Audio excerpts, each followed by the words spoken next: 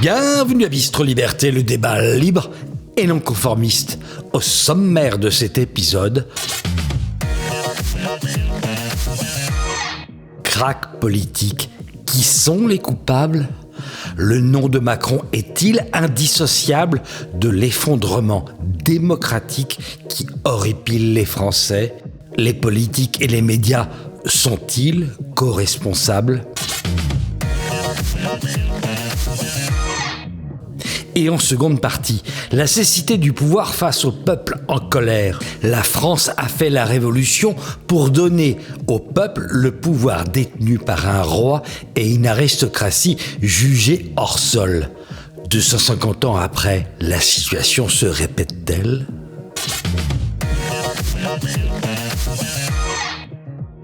Pour en parler, l'invité spécial d'Éric Morillo est un monstre sacré de l'audiovisuel. Il a tout fait avec succès. Imitateur, humoriste, animateur, compositeur et chanteur, producteur, réalisateur et metteur en scène. Il fera les plus grosses audiences de TF1 et France 2 avec des émissions connues de tous comme Carnaval, Sébastien c'est fou, Super Nana, le plus grand cabaret du monde, Les années de bonheur et bien d'autres encore.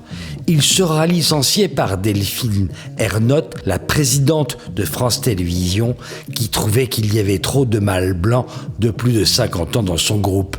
Il est prolixe musicalement, entre les singles, les compilations et les concerts, il signe 135 albums. Il écrit le thriller La cellule Zarkane sous pseudonyme pour que sa célébrité n'occulte pas son talent d'écrivain. Ses deux derniers livres, Le Carnaval des ambitieux en 2024 et Même pas peur en 2025, succèdent à une trentaine d'ouvrages. Le théâtre n'est pas en reste, il mène depuis 2017 une carrière bien remplie d'auteur, metteur en scène et comédien. Passionné de rugby, il sera président du club de Brive, sa ville natale. Il aime le peuple et le peuple lui rend bien. Populaire auprès des Français, on l'accuse de populiste lorsqu'il interprète des chansons grivoises. Il détient le record d'audience avec Le Grand Bluff, une émission unique qui totalise 17 millions de téléspectateurs. Cette icône populaire est avec nous ce soir. Je vous demande d'accueillir Patrick Sébastien.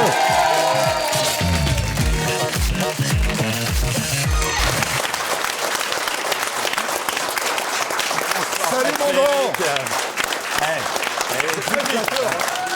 Allez.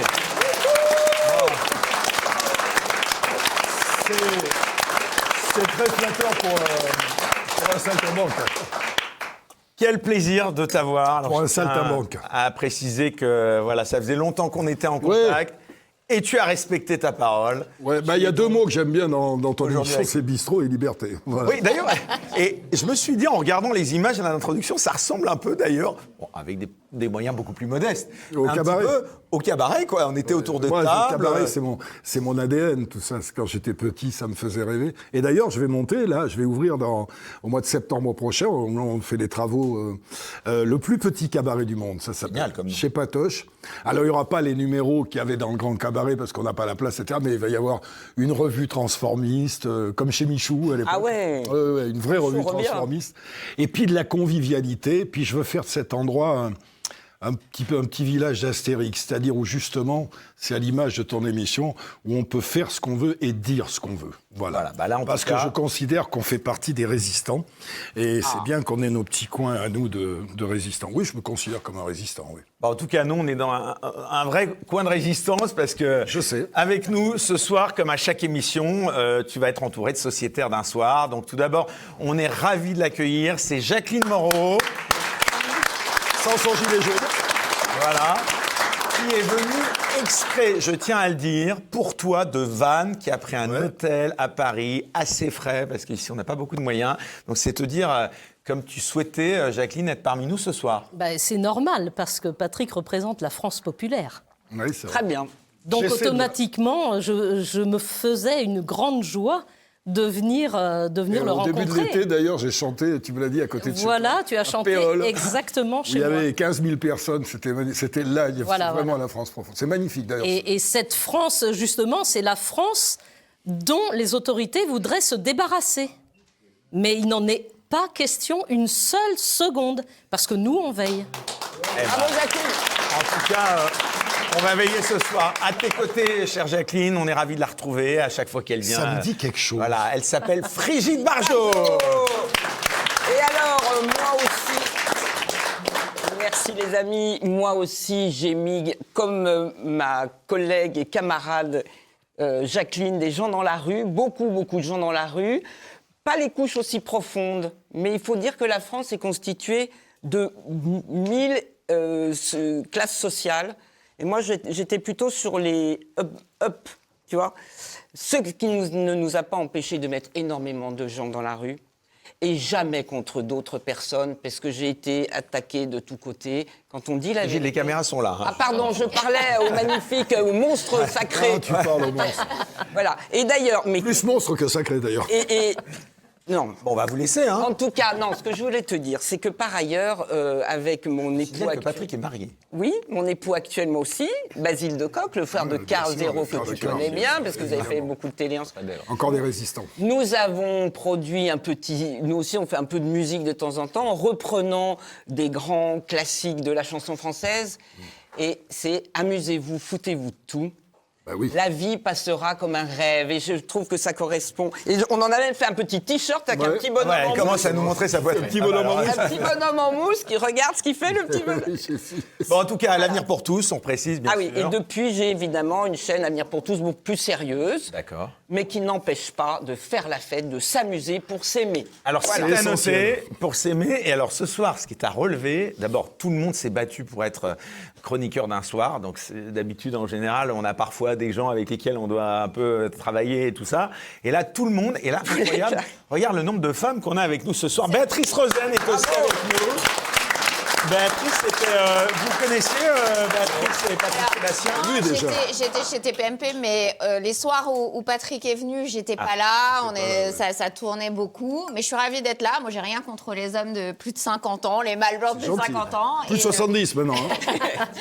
et voilà, je suis ravie d'être là. Patrick est vraiment une icône populaire. Et donc, voilà, je suis contente. Gentil. Bon, et ben avec ça, hein. Bon, attention, parce que ça veut dire qu'après, ça va peut-être y aller. Et avec nous, donc ta chaîne YouTube, on précise, Oui, j'ai une Béatrice. chaîne YouTube, Béatrice Rosen officielle. Voilà. Parce qu'ici, on est sur Internet, et donc, du coup, chacun, d'ailleurs avec nous également, c'est Greg Tabibian, qui a sa chaîne YouTube, bien sûr, Je suis pas content TV. Pour toi ici, c'était important. Donc toi, tu es le seul. Moi, j'ai pas le choix, de toute façon, à chaque fois. Donc, le seul mec, voilà, ce soir, parmi les sociétaires. Voilà, c'était important. J'ai pas interrogé. Non, mais tu voulais les particulièrement, identités de tu m'avais dit celle-là, je veux en Oui, être. bien sûr, celle-là, je veux pas la manquer.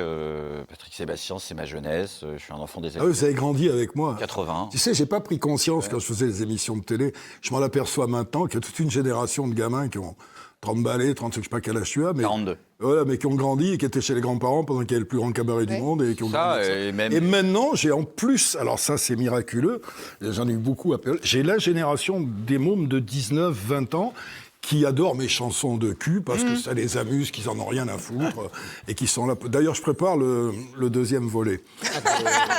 Le Olé Osé. Combien d'albumeurs, ça c'est bien. Ah non, mais c'est un truc de fou. Nous, on a fait ça vraiment pour nous amuser. On s'est dit, ça va amuser. Bon, les copains qui, à la fin...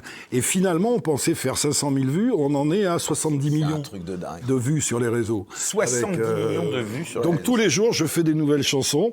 Ça rapporte pas mal, ça, en plus. Hein Ça rapporte pas mal. Non, alors pas du tout. Ah bon? Ah ouais, par rapport... Non, les ventes de disques à l'époque, mais là, non, je crois que tu fais 70 millions de vues, tu gagnes 5000 balles, quoi. Ah bon? Ouais. Tu t'es fait arnaquer. Oh, c'est rien, ça. Oui, non, il faudrait C'est pas grave, parler, ce qui est important, c'est de faire ce que j'aime, de casser les codes, justement. Alors, il y a même eu, j'ai rigolé, il y a même eu des analyses philosophiques sur ça. C'est-à-dire, il y a une jeune fille très bien, là, dans Philosophie Magazine, qui a analysé mes chansons en disant que c'était symbolique. Tu fais vraiment l'objet d'analyses. C'était symbolique d'une France, justement, qui en avait marre, qui voulait respirer. Alors, elle citait Simone de Beauvoir, qui disait que la fête est une apothéose du présent face à l'inquiétude de l'avenir, et Nietzsche qui parlait de la profondeur du superficiel. Chose sur laquelle je suis d'accord, le superficiel est essentiel. Le léger, la soupape, voilà. Et donc ça a été analysé comme ça. Alors, c'est me faire grand honneur que de me donner un peu de respectabilité sur une chanson qui s'appelle « Est-ce que tu l'as vu mon cul ?» Mais voilà, c'est ça. Moi, j'ai pas compris un truc. Les 70 millions de vues, c'est sur les chansons... c'est sur les chansons Allez oser, ouais. Ah, les oser, d'accord. Est-ce que tu l'as vu mon cul et quand on s'ouvre dans la quéquette à Raoul, ça fait tourner les petites boules, voilà. Voilà. Bon, alors, les amis, d'abord... Et une des prochaines, ça sera une chanson pour les naturistes qui s'appelle « La bite au vent » par rapport à Beethoven. Enfin, voilà. Non, mais c'est du léger, c'est du festif, du léger. Et c'est une vraie soupape, en fait. Parce qu'il y a une énorme hypocrisie. Et on a besoin de ça. Moi, je vois les gens qui viennent me voir ils sont venus me voir à PE. Ils chantent pendant 1 heure mes chansons. Ils sautent partout. Ils sont jeunes. Ils sont déguisés. Ils s'amusent. Je sais pas. C'est pas plus nocif qu'autre chose, hein. Alors, j'aimerais qu'on applaudisse aussi quelqu'un qui est indispensable à cette émission, au succès de cette émission. Il s'appelle Ignace et c'est lui qui va faire des caricatures en temps réel, des dessins. Donc, merci Ignace d'être avec nous. J'ai commencé comme ça. Je faisais du dessin aussi, je fais plein de choses. Aussi. Ouais, je faisais des caricatures quand j'étais... Mais c'est très proche de l'imitation, puisque j'ai commencé imitateur, et après, quand je me faisais les têtes des gens, parce qu'avec cette tête-là, je suis arrivé à faire, pas seulement Hugo Frey, à qui je ressemble maintenant, mais j'ai réussi à faire Pierre Perret, à faire Aznavour, enfin avec cette tête, tu vois, avec ma merveilleuse maquilleuse. Mais quand on faisait ça, on s'appuyait beaucoup sur la caricature, sur le dessin et tout ça. Bon, en tout cas, on est, donc je le disais, Ravita, et le public, on peut encore une fois applaudir, qui est extrêmement nombreux ce soir. Alors surtout, j'en profite au passage, puisque nous, on n'est pas à la télé, comme on dit, mainstream, donc n'hésitez pas à mettre des pouces levés, à partager, évidemment, à commenter tout au long de la soirée cette émission. Et puis alors, l'événement, et donc on est d'autant plus honoré, l'événement en tout cas pour nous, puisque tu nous accordes, tu nous réserves l'exclu, comme on dit, c'est donc demain la sortie de ce dernier livre qui s'appelle donc Même pas peur, donc de Patrick Sébastien aux éditions XO, donc un récit optimiste et sans filtre pour vaincre ses peurs. Alors, c'est ça que j'aime faire, c'est-à-dire olé osé, c'est léger, c'est les chansons de cul, et puis de temps en temps, moi ma formation c'est les lettres. Je voulais être prof de philo, j'ai passé le bac. Donc ça doit t'énerver. J'ai eu 17 à l'oral, 17 à l'écrit, mais j'aime les mots. Et j'aime passer du plus léger à quelque chose de plus profond. Ça, c'est un bouquin un peu philosophique sur la peur, parce que je me suis aperçu, ça rejoint un peu la raison pour laquelle on est quand on suce dans la kékette à Raoul, on ne pense pas nécessairement. On pense pas nécessairement à ça. Ce mec-là. C'est aussi une manière de se battre contre les a priori. Toute ma vie, je me suis battu contre ça. Et ça pourrit énormément la société. Tu sais, le mec qui voit passer une nana dans la rue avec une robe au ras du cul, qui dit c'est une pute. Non, c'est pas une pute. Elle a envie de s'habiller comme ça. Et moi, j'ai été initié à ça quand j'étais tout petit. J'étais bâtard. J'ai rien demandé à personne et on m'a mis à l'écart sur des a priori. Et on continue à me mettre à l'écart et à mettre toute une partie du pays, c'est pour ça que je suis très proche de ça, sur des a priori. Moi, ce que je représente, c'est un beauf, c'est un blaireau. C'est ce qu'ils pensent. Touche quand même. Et ça me touche pour les autres aussi, pour mes potes. Moi, j'ai reçu des leçons de philosophie de gens qui sont des simples ouvriers, qui n'ont pas de culture, mais qui, humainement... Moi, ici, là, tu vois, pour moi, il n'y a pas une seule personne que je considère comme supérieure. Tu as salué d'ailleurs un par un dans le public. C'est la première fois. Et il y a des jeunes. Regarde, les jeunes, ils sont là. Parce que pour moi, l'humain est la chose qui manque le plus à la société d'aujourd'hui. Et si on ne passe pas par l'humain, on ne s'en sortira pas. Pour moi, peut-être que je me gourre, c'est complètement bisounours de dire ça. Non. Mais si on ne passe pas par l'humain, par la reconnaissance de chaque individualité, que chacun vaut la peine, je les connais, moi, les mecs, ici, il faut regarder l'autre avec sa casquette Ricard. Mais pourquoi il boit du Ricard? C'est quoi ses problèmes? D'où il vient? Pourquoi il a fait ça? Donc tout ça, moi, je suis à l'écoute de ça. Malgré le succès, j'ai jamais quitté ça. Mes amis, c'est des musiciens, des ouvriers, des toubibs, un peu de tout. Et j'ai la chance, par mon parcours, d'avoir discuté avec des pochetrons, avec des putes à 6h du matin, et de faire la bise au prince Albert et d'aller au bal de la Rose. Et ça me permet d'avoir toute cette étendue où j'ai pas d'a priori, je dis pas sale de riche et gentil pauvre. Il y a des riches très sympas, il y a des pauvres, c'est des vrais enculés, excuse-moi, ça serait démago de dire le contraire. Mais humainement, je trouve que je suis sûr, toutes les personnes qui sont là, chacune de leur vie, c'est un roman. Chacune de leur vie, c'est un roman. Je te jure, c'est vrai. Et moi, je suis sensible à ça. Brel disait j'ai mal aux autres. Moi, c'est ça, je suis très sensible. Mes douleurs à moi, je me démerde très bien. Et Dieu sait que j'ai eu les pires. J'ai perdu un enfant, perdre un enfant, c'est terrible. Mais je sais faire, je sais surmonter tout ça. Par contre, j'ai beaucoup de mal avec les douleurs des autres. Comment on fait pour surmonter une telle épreuve? On survit, on se plaint pas. Ma maman m'a dit une très jolie phrase quand c'est arrivé. Elle m'a dit, c'est pas la fin de quelque chose, c'est le début d'autre chose. Ça m'a beaucoup aidé. Et puis j'ai eu des gens qui m'ont expliqué qu'en donnant de l'amour aux autres, on te le renvoyait et que c'est comme ça que tu t'en sortais. Si tu es dans la haine et dans la vengeance, t'as perdu, t'es mort, tu tombes. Je te dis ça parce que j'aide beaucoup des gens qui ont perdu leur enfant, qui viennent me voir parce qu'ils savent que j'ai perdu le mien, et j'essaie à chaque fois de trouver les mots qu'il faut pour les aider à traverser ça. Mais si tu as lu mon bouquin, il y a autre chose qui m'aide beaucoup, c'est que je suis un déterministe. C'est-à-dire que moi, je considère, j'ai peut-être tort, hein, que tout est écrit. Que le fait que je sois là ce soir, tout ça, c'est un trajet qui est préécrit. Donc, si je dois mourir dans 10 minutes, je vais mourir dans 10 minutes, etc. Et tout ça, je ne sais pas si c'est vrai, mais ça aide à tout. On peut attendre un peu la fin de l'émission. Ça aide. Oh non, je te ferai une pub énorme. C'est vrai, ça ferait du buzz. Non, mais tout ça aide à survivre. Parce que tu t'enlèves la culpabilité, tu te dis pas, oh merde, j'aurais pas dû faire ça. Non, ça devait arriver comme ça arrive comme ça. Donc c'est ça que j'explique aussi dans mon bouquin. Et justement, c'est ne pas avoir peur. Mon bouquin, et d'ailleurs tout le monde là, et vous pouvez participer à poser des questions à Patrick. Même pas peur. Moi j'ai envie, avant de te demander cette peur là, on est entouré de peur. Est-ce que tu crois pas que tu leur fais peur?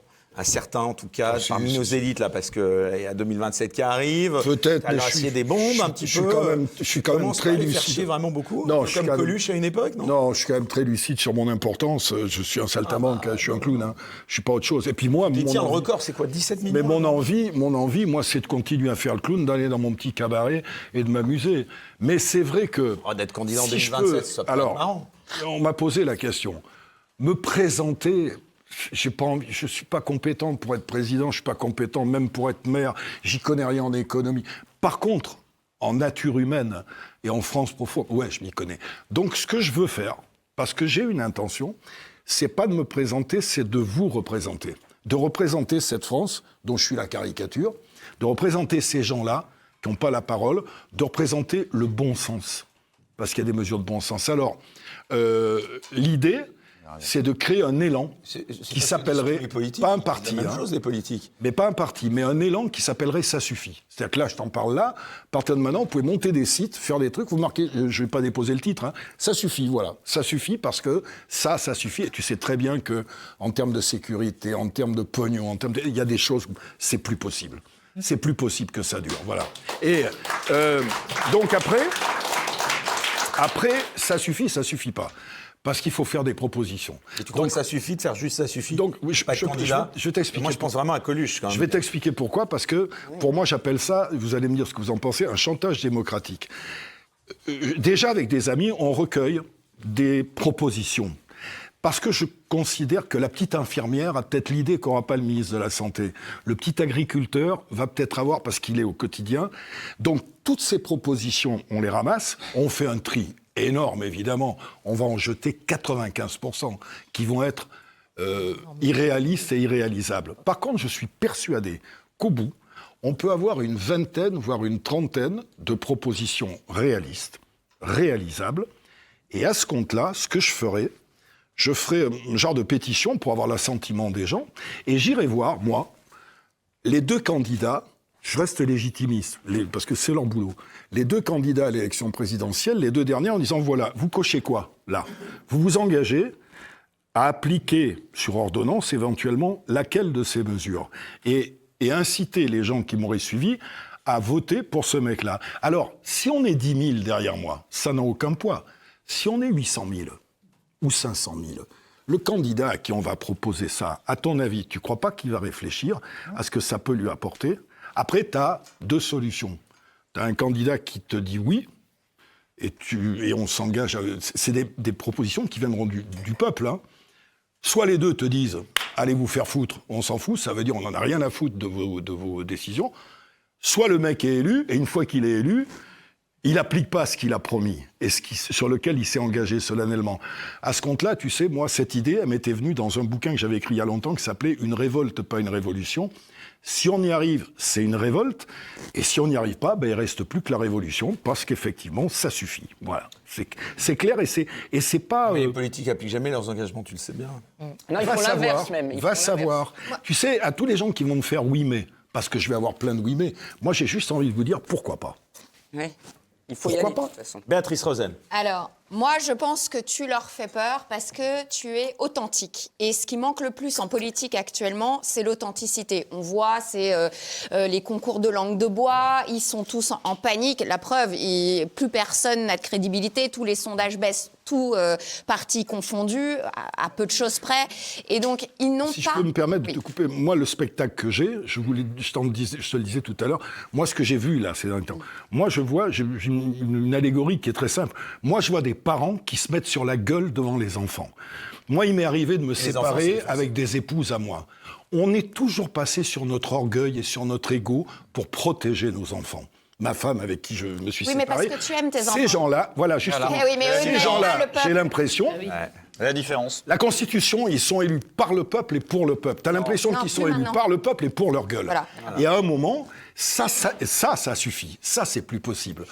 Et donc, les enfants, c'est pour ça que je dis que je pense qu'une personnalité comme toi leur fait peur parce que tu es extrêmement populaire, tu représentes une énorme masse de plusieurs classes sociales et tu es quand même dans l'ouverture, dans la vie, dans le bon sens. Tu parlais des plus populaire que Delphine Ernotte, hein, si je peux me permettre. C'est même pas comparable. Personne ne sait. Dans les vrais gens, personne ne sait qui est Delphine Ernotte. Parce qu'elle a dit qu'elle voulait faire la télé. La plupart des gens ne savent pas qui est Delphine Ernotte. Ouais, elle a dit Delphine Ernotte, elle a dit quelque chose qui est très grave.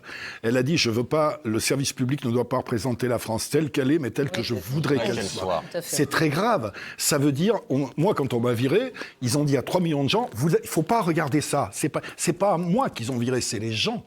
Après, il y a plein de gens qui n'aimaient pas, c'est normal. Mais ceux qui aimaient, on leur a dit, allez vous faire foutre. Il ne faut pas regarder, il faut regarder ça. Et moi, ça me fait peur. Parce qu'on dit l'extrême droite, etc. Mais c'est où les fachos? Ils sont où, là? Ceux qui veulent vous imposer à tout prix leur manière de vivre. Moi, ma manière de vivre, moi, je suis libertaire, je suis libertin, je vis comme je veux, je n'ai jamais violé personne, je respecte les gens, mais je n'impose pas ma manière de vivre à qui que ce soit. Je ne demande pas aux gens, tiens, vous allez faire comme moi j'ai décidé. Non, faites comme vous voulez. Soyez libre d'être ce que vous voulez. Pour moi, c'est ça. Les 3 mots de la République, c'est quand même liberté en premier, égalité et fraternité. Ça n'existe pas. Quel regard tu portes sur la télé d'aujourd'hui, d'ailleurs, au passage? Je fais comme tout le monde, je regarde Netflix. Je te dis. Bon, ça, non, la télé. Non, c'est pas ça. Mais c'est pas ça. Mais la télé. Alors déjà, la télé d'aujourd'hui, c'est une grande page de pub coupée par des petites bribes d'émissions. Et ce qui a changé par rapport au moment où j'y étais moi, c'est qu'il faut faire un maximum de bénéfices en mettant ce que les émissions coûtent le minimum d'argent. Voilà. Nous, quand on faisait le cabaret, ça coûtait des sous, parce que faire venir un type des États-Unis avec le fret, lui payer, etc. et tout, ça coûtait de l'argent, effectivement. C'est marrant qu'un mec qui ait fait si longtemps de la télé ne la regarde plus, justement. Par contre, quand ils font le grand échiquier, je crois que ça coûte à peu près la même chose, mais il n'y a pas autant de frais. Oui. Parce qu'il y a tout un tas de combis. Moi, je sais que la télé d'aujourd'hui, telle qu'elle est, tu me mets des millions sur la table pour y aller, j'y vais pas. Ça m'intéresse. Ben non, parce que à un moment, on a eu une liberté de ton. Moi, je sais que les premiers contrats que j'ai eus à la télé, c'était, on a dit beaucoup de mal de Berlusconi, tu sais, moi j'ai travaillé sur la 5. Le contrat, c'était, vous avez la liberté éditoriale totale, sauf si vous troublez l'ordre public. Alors que les derniers temps, ma liberté éditoriale, c'était de donner ma bande de mon émission, et on me disait, ça, faut pas le dire, ça, faut l'enlever, ça, faut l'enlever. Je suis repassé, je suis boycotté sur la 2, faut que tu le saches. Madame Ernotte, elle a donné des ordres pour que je ne sois pas invité. La promo que je fais là, j'ai pas le droit de la faire. Alors j'ai tué personne. Hein. Donc là, tu n'iras pas sur quelle époque? Ils me veulent pas. C'est à vous, ils ont dit non, parce qu'on nous a donné des ordres pour que vous ne veniez pas. Et il y en a qu'un qui a résisté, c'est Michel. C'est Drucker qui a dit, j'en ai rien à foutre, tu vas venir. Et je fais une chanson sur scène qui s'appelle « Rendez-moi ma vie », où à la fin, je viens d'une époque où on caricaturait la tête de nos profs sur le tableau noir, on ne la leur coupait pas, on ne jetait pas des cailloux sur les pompiers, sur les toubibs qui venaient nous soigner, on respectait nos parents, nos enfants et nos amis, et quand on habitait ici, ça ressemblait à la France. Et à la répétition, ils venaient me voir et me disant, ça, il ne faut pas le dire. Quoi, ça ressemblait à la France? Oui. Non. Et ils m'ont dit, faut l'enlever, sinon vous ne faites pas la chanson. Et donc, j'ai enlevé la phrase pour pouvoir faire la chanson. C'est pour t'expliquer dans quel truc on est. Voilà. Ça, c'est vrai. Alors, c'est peut-être pour ça, Patrick, que j'ai relevé dans le livre une phrase incroyable où tu dis que peut-être aujourd'hui, l'arme la plus puissante ou la plus dangereuse, c'est peut-être bien la télécommande. En tout cas, c'est la plus meurtrière. Je Voilà. crois qu'à la télé, il y a 1000 meurtres par semaine. Toujours l'exemplarité. Mais je n'étais pas le seul. Il y avait un philosophe qui avait fait un très beau truc en comparant la censure qui était faite sur les actes d'amour à la télé par rapport aux actes de violence. Les actes de violence, c'est incroyable dans une journée, le nombre de meurtres que tu as. Et après, on va pleurer aussi. Vous avez vu comme les gosses sont violents dans les cours de récré et tout. L'exemplarité, Il faut maintenir mon pote. les gens dans la peur. Alors ça, c'est ce que je développe le plus parce que exactement. la peur, c'est une arme formidable. Ouais, Pendant le Covid, hein. C'est une arme formidable. J'explique dans mon bouquin, je raconte dans mon spectacle sur scène, il y aurait presque, on va me dire que je suis complotiste, mais Ah non, Pas ici. dans les- Pas ici. Ah là, bravo, sois complotiste. dans ce qu'on vous propose à la télé, dans l'espèce de cahier des charges occulte, vous avez des agressions, les infos. Et puis dans les fictions, c'est la petite fille qui se fait violer, c'est le meurtre, etc. C'est ce qu'ils appellent en coulisses, mais ils vont pas l'avouer, un effet blocage. C'est-à-dire que le mec qui est dans son canapé, il voit la petite fille qui se fait violer, il dit heureusement que ça m'arrive pas à moi. Et puis comme ça, il se dit je vais quand même pas descendre dans la rue demander ce qu'on me doit. Parce que finalement, je ne suis pas si mal que ça. La peur, c'est le meilleur garant de la paix sociale parce que les gens ont peur de perdre ce qu'ils ont, même s'ils ont peu. De la même manière que l'hyper-pauvreté sous les ponts, tu sais, tu peux l'éradiquer en une semaine. Évidemment. Mais si tu fais ça, la couche qui est au-dessus et qui est beaucoup plus nombreuse va dire mais il n'y a plus personne dessous. Alors qu'aujourd'hui, ils se disent, tu croises un mec sous un pont, ah ben il est plus malheureux que moi. Ouais, ouais. Et ça, c'est entretenu Bien sûr. pour que tu descendes pas dans la rue. Comme le chômage. Une partie du chômage est structurellement entretenue en France pour que les gens aient un chantage au fait de bosser. Les politiciens qui nous disent depuis 30 ans l'objectif c'est zéro chômeur, personne n'a eu l'objectif Après, zéro attention, chômeur. après, il faut être mesuré. Et moi, j'essaie d'être mesuré en tout. Il y a le chômage, c'est une chose. Il y a des mecs aussi qui ne veulent pas bosser. Je suis désolé, il faut se le dire aussi. Mais bien sûr. Moi, j'ai mes copains qui sont restaurateurs. Ils se font planter 2 jours avant le service. Les mômes leur disent non, on ne veut pas bosser le samedi, on ne veut pas bosser le dimanche. Alors peut-être que c'est parce qu'ils ne sont pas assez payés, effectivement. Mais c'est ça aussi que quand j'avais fait mon bouquin de Révolte, une révolution. Il faut qu'on exige de nos gouvernants qu'ils redeviennent responsables. Mais nous, on a des efforts. Ils sont responsables, mais pas coupables. Nous, on a des efforts. Oui, mais ils à en ont faire. plus que nous. Notre solidarité à nous, notre regard des uns sur les autres.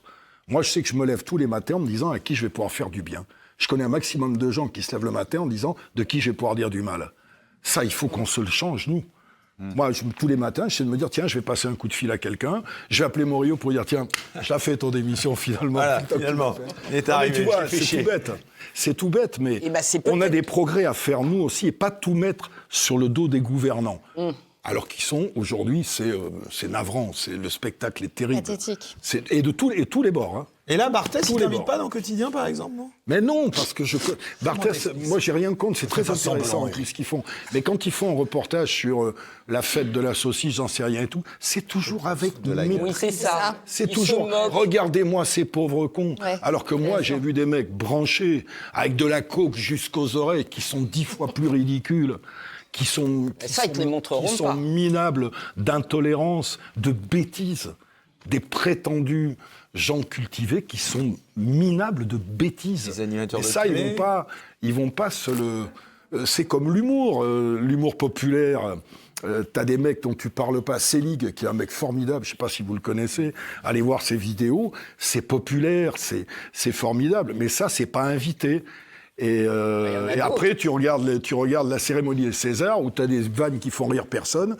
C'est tout ce décalage-là. Moi, je vais me balancer... je vais rentrer à poil chez Hanouna, ça va être un scandale. Il y a un comédien qui va rentrer à poil dans la cérémonie des Molières, la ministre va applaudir. C'est tout ce décalage-là qui ne me plaît pas. Tout ce décalage-là ne me plaît pas parce que...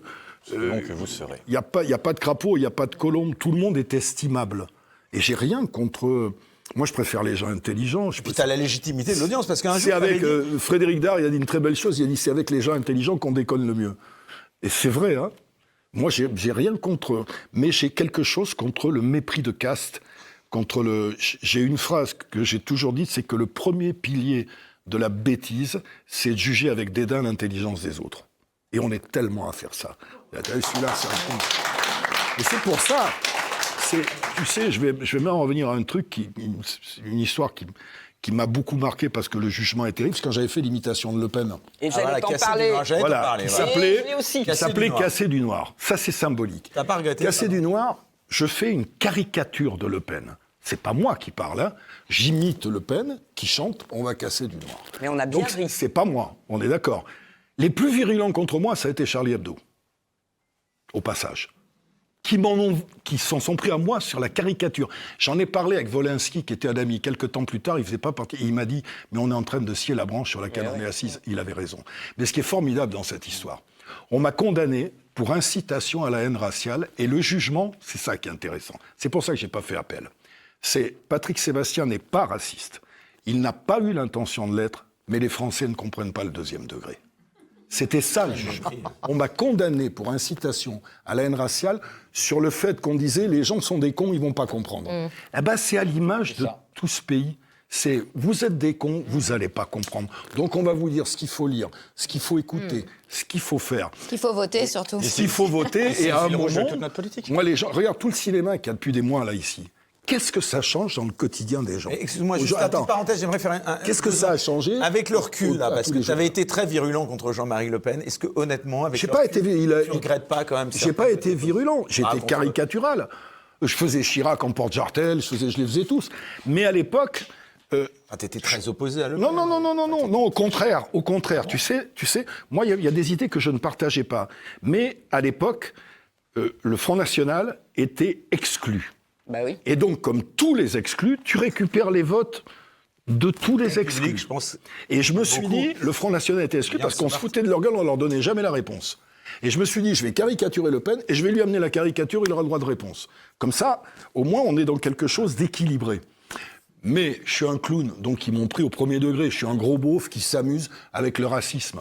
Le racisme, ça m'est étranger. Je suis un humaniste. Je peux pas faire de différence. Je crois, Patrick, ce qu'on t'a reproché, c'est que Karl était là d'ailleurs. Oui, c'est que tu aies eu le culot même de prendre la figure de Jean-Marie Le Pen, ce qui ne se faisait jamais. Il fallait même pas en parler. La figure. Et puis, est-ce que je lui faisais dire caricaturé quand je lui faisais dire on va casser du noir, c'était son discours exagéré. Voilà.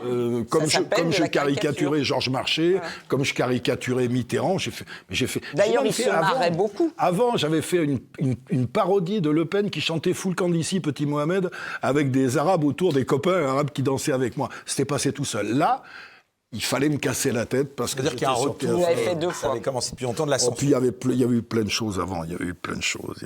Il y avait fou là. Non, mais surtout, tu as fait rire Jean-Marie Le Pen. Parce que sur TF1, on l'a vu se bidonner et dire moi, mon personnage. J'en ai parlé avec Karl. Oui, quand il a vu ça, et pour moi, ça suffisait. C'est-à-dire, si le mec était pas raciste, ça l'aurait indigné, ce que je montrais de lui. Et ça l'a fait sourire. Et c'est pour ça que Karl m'a dit, c'est dangereux ton truc, parce que les gens vont croire que je suis pas responsable de la bêtise des autres. C'est tout. Mais je regrette pas du tout, non, je regrette pas une seule seconde d'avoir fait cette caricature-là, parce qu'on pouvait les faire, d'ailleurs, à l'époque. Oui. Aujourd'hui, tu pourrais pas. Il y a des choses que tu ne pourrais pas faire. Plein de choses que tu pourrais pas dire et que tu ne pourrais pas faire. Il y a une police... Pardon, excuse-moi un instant. Ce traitement dont était, entre guillemets, victime quand même le Front National, cette stigmatisation, Anne Sinclair qui voulait jamais recevoir Jean-Marie Le Pen dans ses émissions... Je trouvais que c'était pas démocratique. Moi, je trouvais que c'était pas démocratique. Comme aujourd'hui, de mettre l'épouvantail d'Hitler dans le champ du RN, ça va. C'est bon. Hitlerum, c'est insupportable. Pour moi, c'est insupportable c'est des nazis et tout, mais je vois surtout avec la gauche qu'on a, qui ne correspond plus. C'est fou quand même la gauche qu'on a. C'est les héritiers de mai 68 où le slogan était « Il est interdit d'interdire ». Et ils interdisent. avec les wokistes, ils interdisent ça et ça. Mais putain, mais Jean Jaurès, il doit faire des loopings dans sa tombe, c'est pas possible.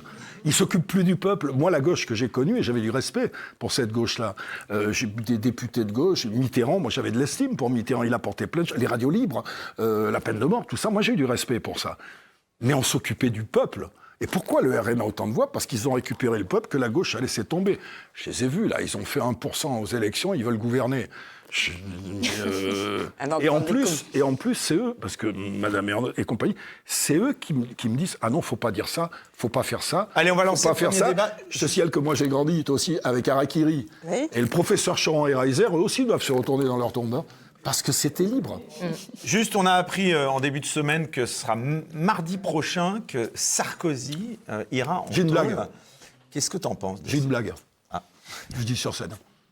C'est l'avocat de Sarkozy qui l'appelle. « Nicolas, la vérité a triomphé. » Ben, faites appel. Moi, j'aime bien.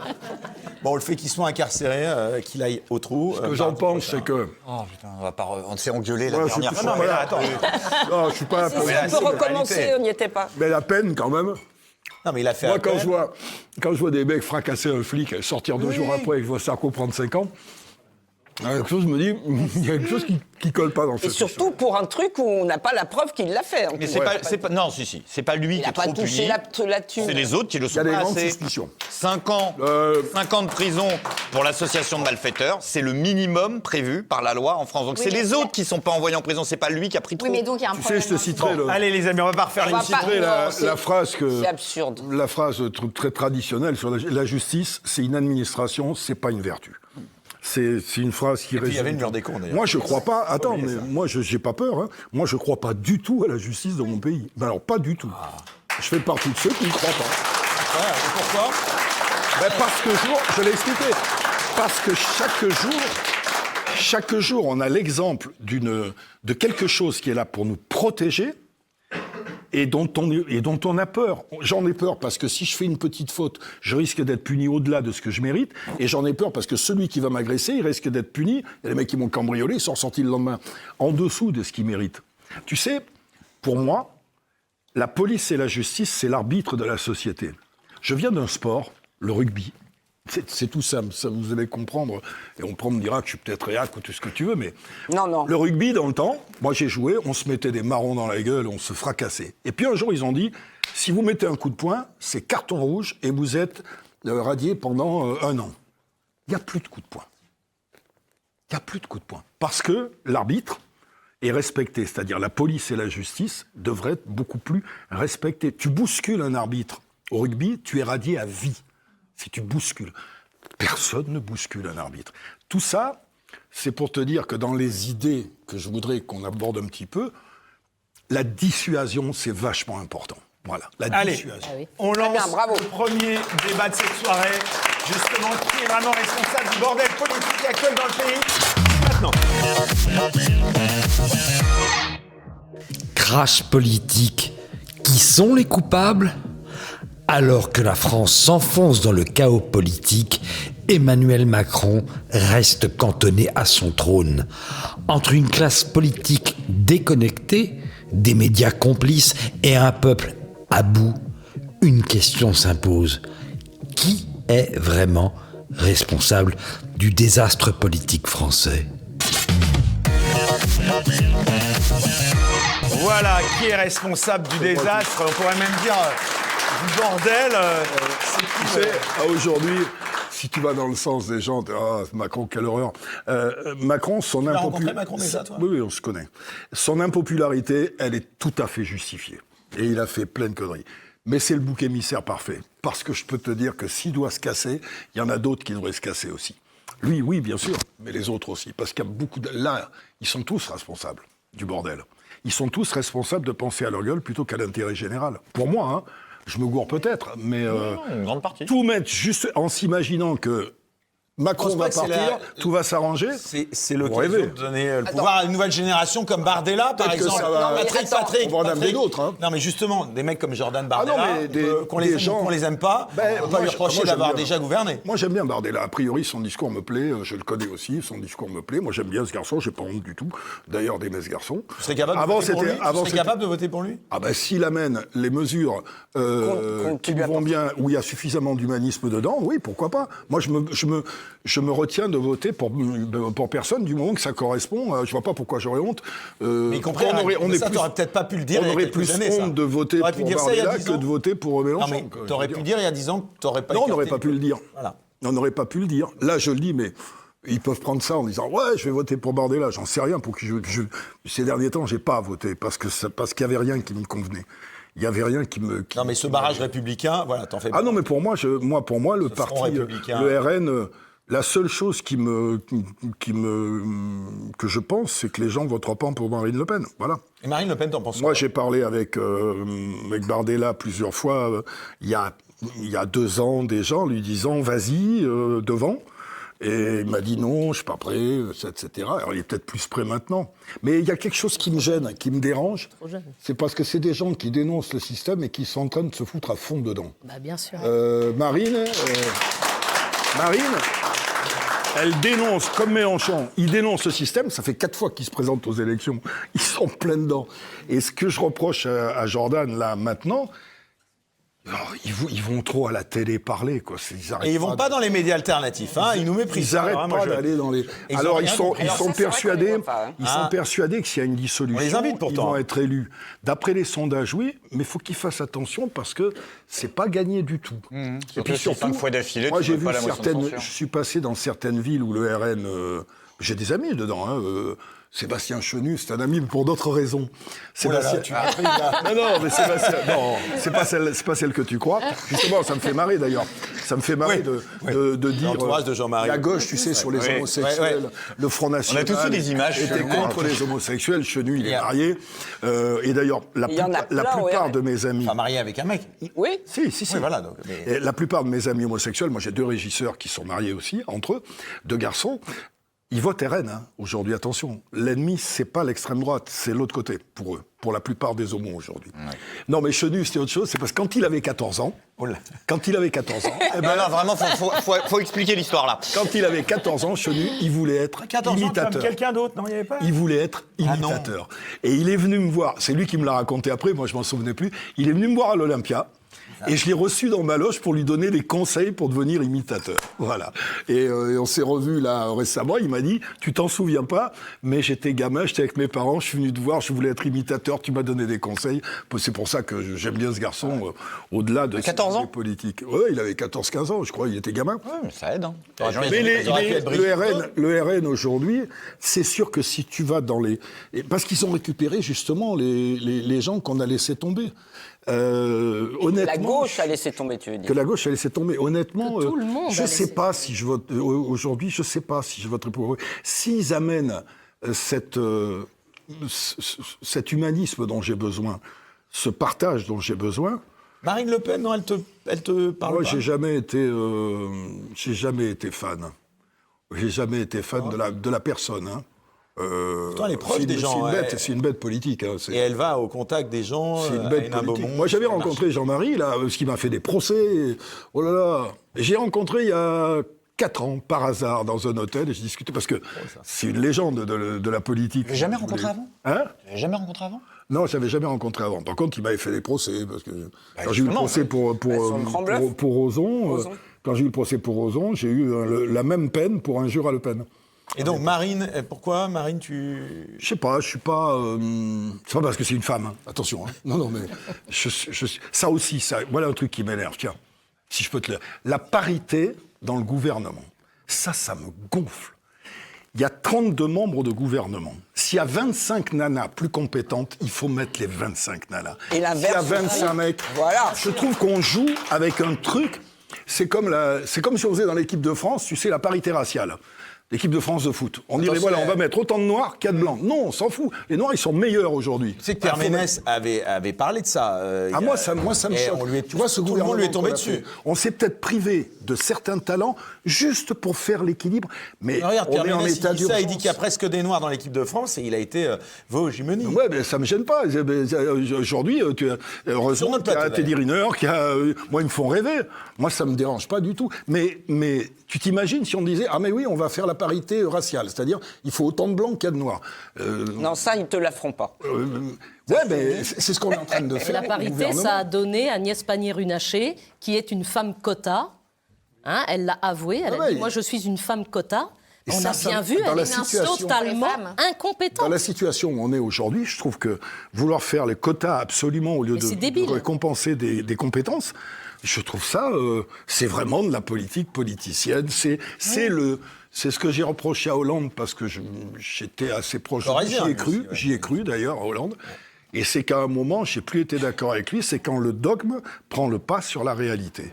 Et il y a un moment où le dogme, et j'ai peur que ce soit ça pour le RN aussi, à un moment, que le dogme prenne le pas sur la réalité. La réalité, c'est votre vie de tous les jours, c'est votre quotidien, c'est votre santé.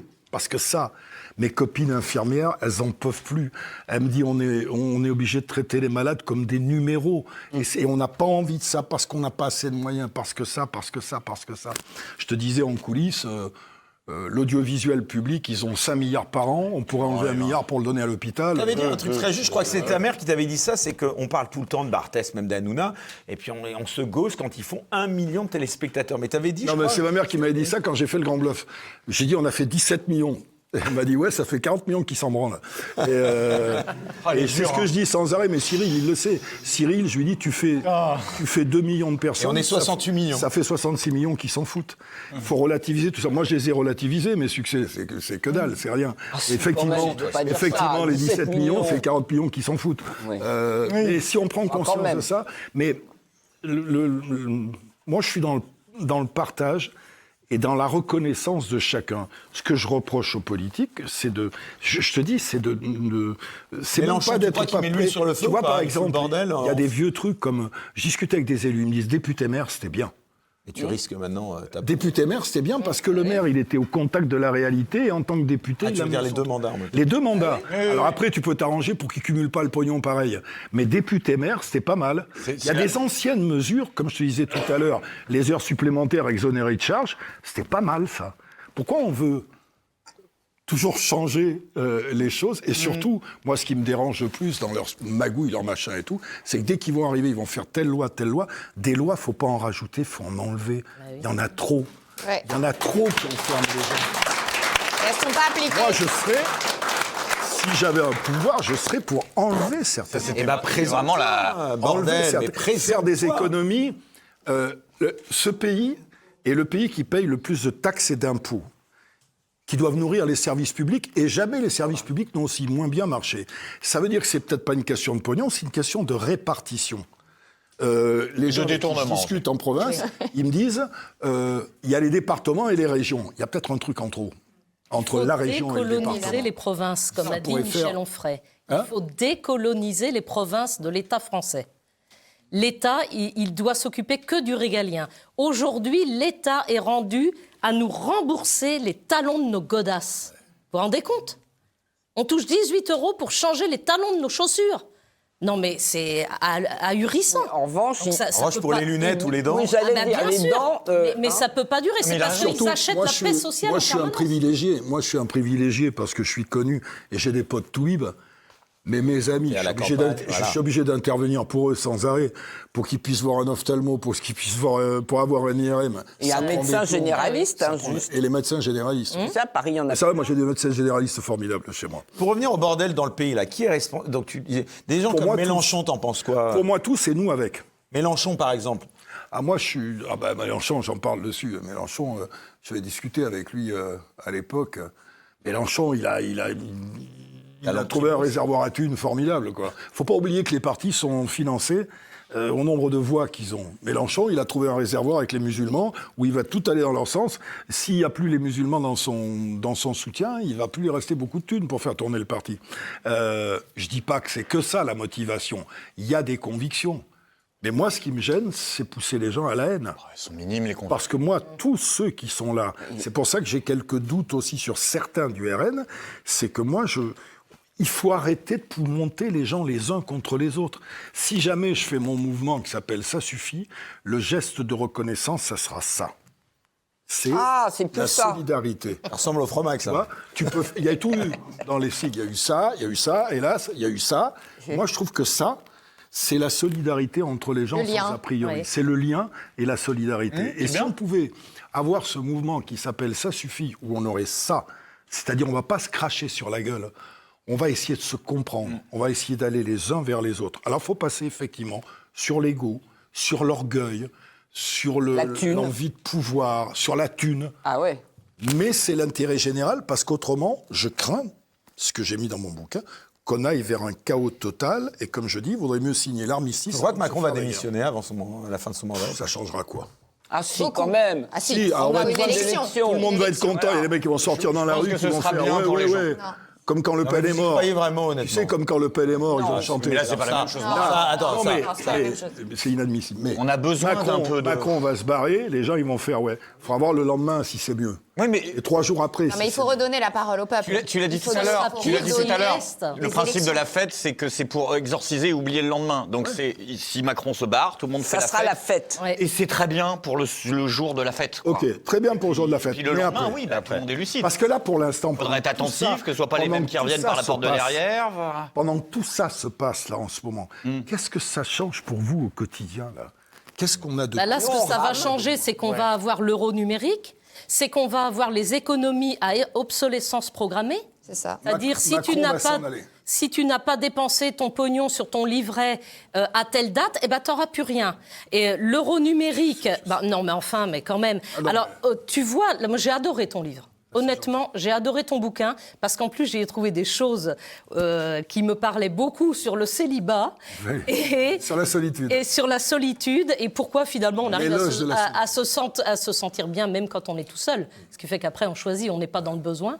Et tu parles de synchronicité et de médiumnité. Alors là, moi, j'adore. J'en ai beaucoup. Ça, c'est mon trip. Et pour en revenir à Macron, s'il s'en va, tout le monde va être content, va-t'en, etc. Mais derrière, il va falloir organiser encore des élections présidentielles et encore des machins. Ça sera pire s'il ne part pas. Et qu'est-ce qui va changer? Alors après, les RN sont persuadés qu'ils vont avoir le pouvoir. Persuadés.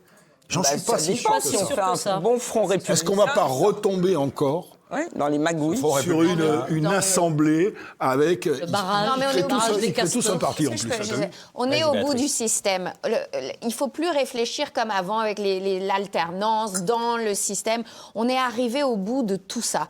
Il faut redistribuer les cartes, ouvrir le débat. Tu parlais de censure. Il faut enlever cette chape de plomb qui empêche les débats sur les médias mainstream. On ne peut pas parler de l'Union européenne, on ne peut pas parler du transfert de souveraineté, on ne peut pas parler de la techno-dictature qui se profile. Parce qu'avec l'identité digitale qui passe en Grande-Bretagne, en Suisse, c'est en train de gagner, cumulé avec l'euro numérique.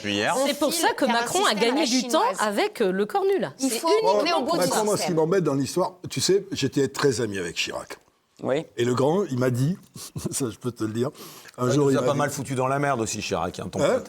Oui, peut-être, mais c'était, pour moi, c'est les deux derniers grands hommes d'État, ça a été Mitterrand et lui, pour plein de raisons. Par rapport à la fonction, tu veux dire? Par rapport à la fonction, par rapport à... Et dans les faits... Chirac, il m'a dit un jour, dans ce pays, il faut une gauche et une droite. Si on va au milieu, ça va être un bordel immense. Je crois qu'il a pas tort. Oui, mais le clivage, c'est plus ça aujourd'hui. Le clivage, c'est les mondialistes contre les souverainistes. C'est ça la nation contre la mondialisation. Et donc le but aujourd'hui... Le problème, c'est que ça nous échappe parce que le pognon, il est là-haut. Pour les gens comme toi, oui, mais pas la plupart des gens restent encore à un clivage entre les puissants et les non-puissants, assez mal déterminé, entre les riches et les pauvres. Oui, pourquoi? Parce que tous les débats sont occultés. On nous interdit de débattre. Ah bah oui, c'est ce problème. Le clivage, il est humain. Oui, exactement. Il est surtout humain, le clivage. Il y a un mépris de caste, il y a une exploitation de certaines personnes. On prend les gens pour des imbéciles, tous. Non, mais il faut pas... On est sur des caricatures. Même moi, le premier, quand je caricature les politiques en disant ils sont tous nazes, ils sont pas tous nazes, non.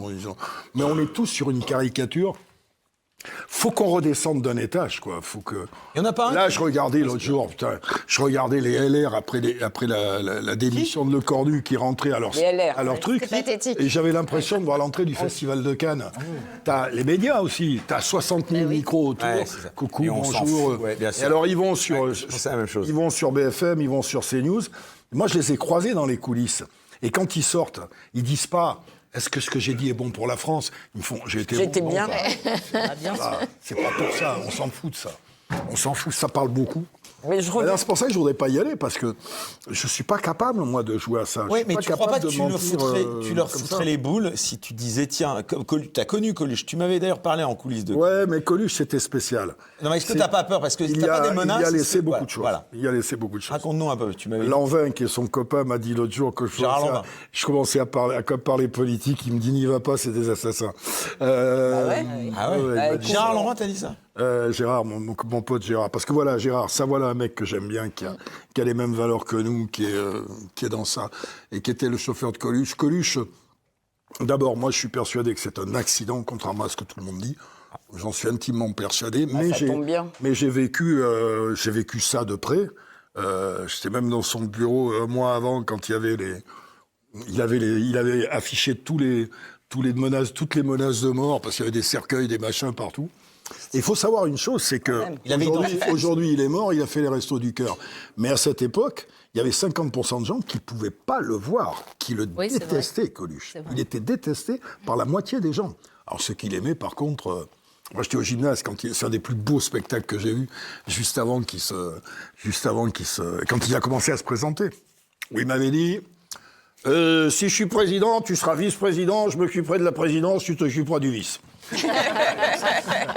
Mais au début, ils y sont allés pour faire un coup de pub, clairement. Après, c'est pris au jeu. Bah oui, au jeu de la vérité. Et surtout, quand ils ont vu que ça devenait dangereux, les socialistes sont venus le chercher. Et ça a été un sous-marin de Mitterrand. C'est lui qui a fait élire Mitterrand, clairement. Oui. Tous les gens qu'il a ramassés. Moi, aujourd'hui, si j'allais vers ça, je dirais pas on va ramasser les PD, les Gouines, c'est ce qu'ils faisaient, les feignants et tout ça. Non, moi, c'est la France moyenne.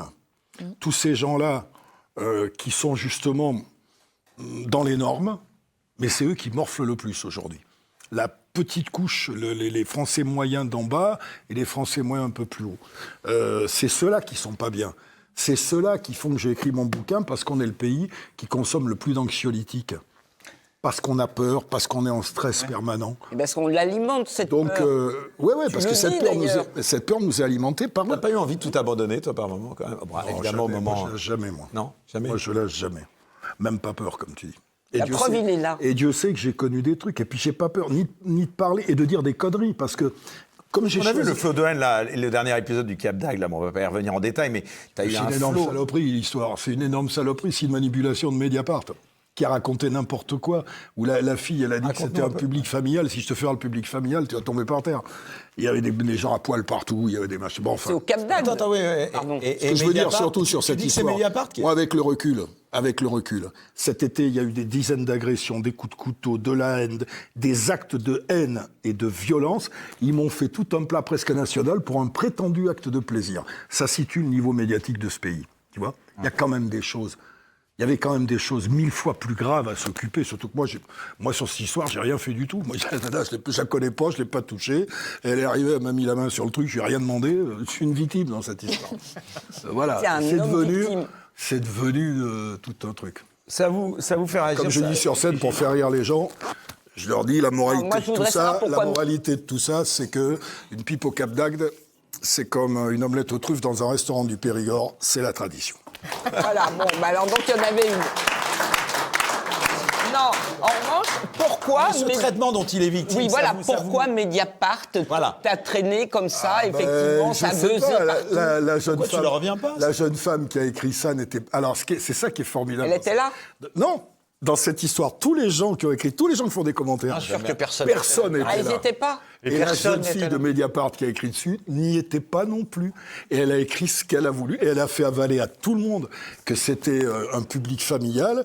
Quand je suis entré sur scène, il y a des mecs à poil sur les épaules de leurs copains. Il y a des nanas en habillés en sadomaso. Et on a fait croire à tout le monde qu'il y avait des enfants. J'en ai pas vu un seul enfant. On peut regarder toutes les vidéos. On regarde la vidéo, c'est sûr qu'on voit pas d'enfants. Voilà.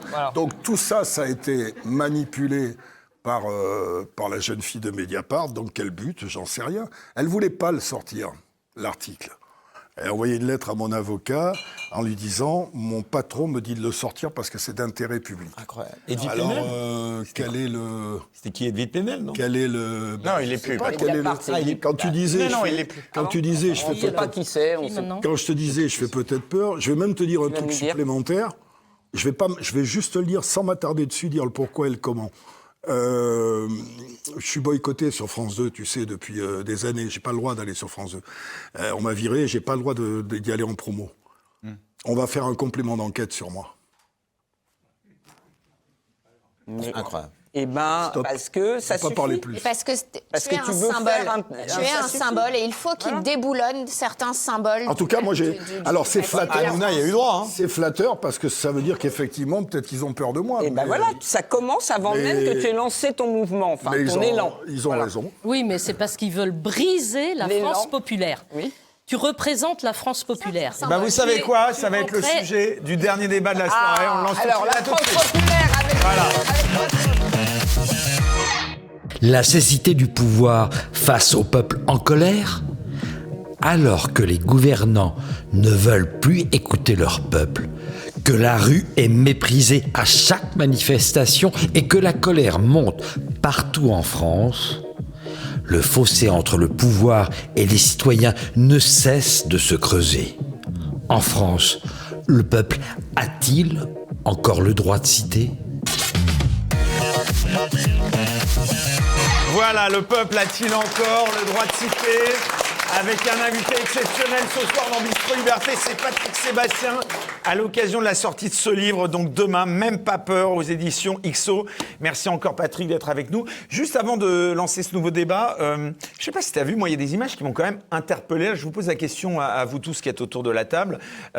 Dieudonné, qui est quand même encore humoriste, sauf à ce que je me trompe, qui est interdit de tous ces spectacles où on envoie les flics à chaque fois. T'en penses quoi? Le truc est particulier avec lui. Parce que je le connais. Alors pour moi, déjà, je vais te dire, c'est un des plus grands humoristes qu'on ait. Son sketch sur le cancer. Voilà. Son sketch sur le cancer est un bonheur absolu. Exceptionnel. Après, on s'était chopé beaucoup, parce qu'à un moment, il m'est rentré dedans en me disant, t'imagines si moi j'avais dit ça de lui, qu'il fallait me finir au lance-flamme. Il a dit ça de moi. Ouais, il a dit ça de moi. Mais pourquoi il avait dit ça? Parce que c'était un peu, je crois que c'était après justement l'histoire de Le Pen, de Casser du Noir, qu'il fallait me finir au lance-flamme. Donc on s'est chopé, etc. et tout. Mais depuis, quand il y a eu la cabale contre lui, moi je suis quelqu'un qui pardonne. Donc je l'ai appelé et je lui ai dit, t'as vu ce que ça fait d'avoir tout le monde contre toi? Et finalement, je lui ai montré que malgré ce qu'il avait dit de moi, j'étais solidaire du fait qu'on lui empêche de faire son travail. Voilà. Parce qu'il y a des excès, il y a de l'antisémitisme avéré, c'est vrai, il y a plein de choses, mais putain, si on interdit tous les gens qui sont nuisibles à la société, on va en interdire un paquet quand même. On n'interdit pas une personne, on interdit un texte, les arrestations préventives dans ce spectacle. Préventif. C'est pas ce qu'il y a dedans. Non. C'est-à-dire que tu l'interdis quoi? De faire des contes pour enfants, de faire du dessin? C'est pas a posteriori, là. C'est très particulier. Interdit un texte. C'est quand même très particulier. Il va le chercher aussi. C'est aussi son fonds de commerce. Oui. Dieudonné, il aime bien la thune. Il aime bien. C'est son fonds de commerce aussi d'être systématiquement dans le. Après, le talent, il l'a. Hein. Ça, mais quand il y a 5 mais quand tu vois 30 flics, voilà. Qui débarquent. Et puis après, c'est ça encore. Il a tué personne. Les gens sont des cons. Ça veut dire que moi, j'aime bien ces sketchs.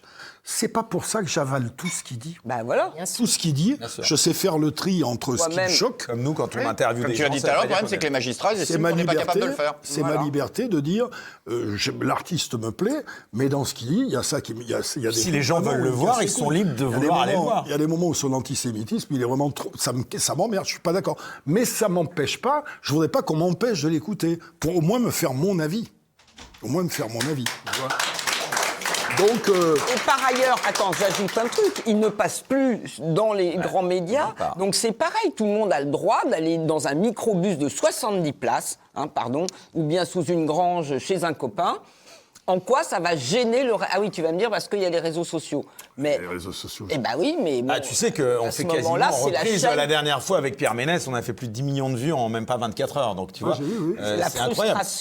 Non, mais c'est vrai qu'aujourd'hui, les médias mainstream ont du souci. Les réseaux sociaux, j'en parle à la fin du bouquin, il y a le pour et le contre, parce que ça a permis d'éradiquer des solitudes, ça permet à des artistes qui n'auraient jamais explosé de se faire connaître. Il y a tout un tas de bonnes choses. Et puis le reste, tu bascules pas sur Internet vraiment avec... Non, je peux pas. Mais non, parce que moi j'aime le vrai contact. Ben oui. Là, je passe de... Là, j'étais à Péole, là. Ils étaient 15 000. Il y a 2 jours, j'étais dans un petit théâtre pour jouer mon spectacle Hommage et dessert, qui est un hommage à Coluche, à Gainsbourg, ça où je parle beaucoup de politique d'ailleurs dedans, qui est un truc intime pour les théâtres. Et puis là, je vais jouer chez ma copine Coco dans son café-théâtre pour 100 personnes. Moi, c'est ce que j'aime, c'est passer comme je passe de la quéquette à Raoult, là, ça, j'aime varier tout. Et il y a quelque chose de... Je te parlais Et le plaisir, il est le même en parlant de quéquette. Ah ouais. Le numérique, tout ça, moi, je veux pas être une image. Je suis une personne. Je suis tactile, j'aime bien toucher les gens, leur parler les yeux dans les yeux, j'aime ça. J'aime pas la foule, je suis un solitaire, moi.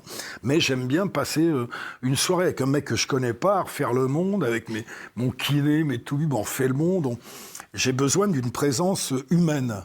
Et on est beaucoup trop dans l'image. On est que dans l'image aujourd'hui. Oui, mais malgré moi, le premier, tout, je me suis manque fait quand baiser, même au paysage audiovisuel. Première chose que je ferme le vent, j'ouvre mon portable. Putain, je m'en veux. Pendant 3 ans, j'en ai pas voulu de portable. Je voulais pas être esclave de ça. Et maintenant, je suis esclave de ça. Et ça m'emmerde. Et c'est ce que j'explique à ma fille, qu'on n'est pas des images, quoi. Je suis pas, quand j'étais à la télé, les gens recevaient une image, mais c'est pas moi. C'est pas moi. Je l'explique dans le bouquin. J'explique que si tu te mets devant un miroir avec une cigarette ici, elle sera à droite, mais dans ton miroir, elle sera à gauche. C'est l'image qu'on renvoie, c'est parce qu'on représente la dame là, blonde, magnifique et tout. Bah, tu peux avoir toutes les caricatures du monde et tous les poncifs. Mais pour savoir ce qu'elle est exactement, il faut connaître en profondeur. C'est longtemps, humainement parlant. Sans compter que parfois, l'enveloppe ne correspond pas à l'intérieur. Hein, voilà, c'est ça. Oh, ça correspond rarement à l'intérieur, l'enveloppe. C'est Frédéric Dard qui m'avait dit ça, qui était mon amour d'homme. C'est quand tu vois la belle âme que j'ai et l'enveloppe dégueulasse que j'ai. mais si Dieu était juste, putain, j'aurais ressemblé à Delon tellement je suis beau à l'intérieur.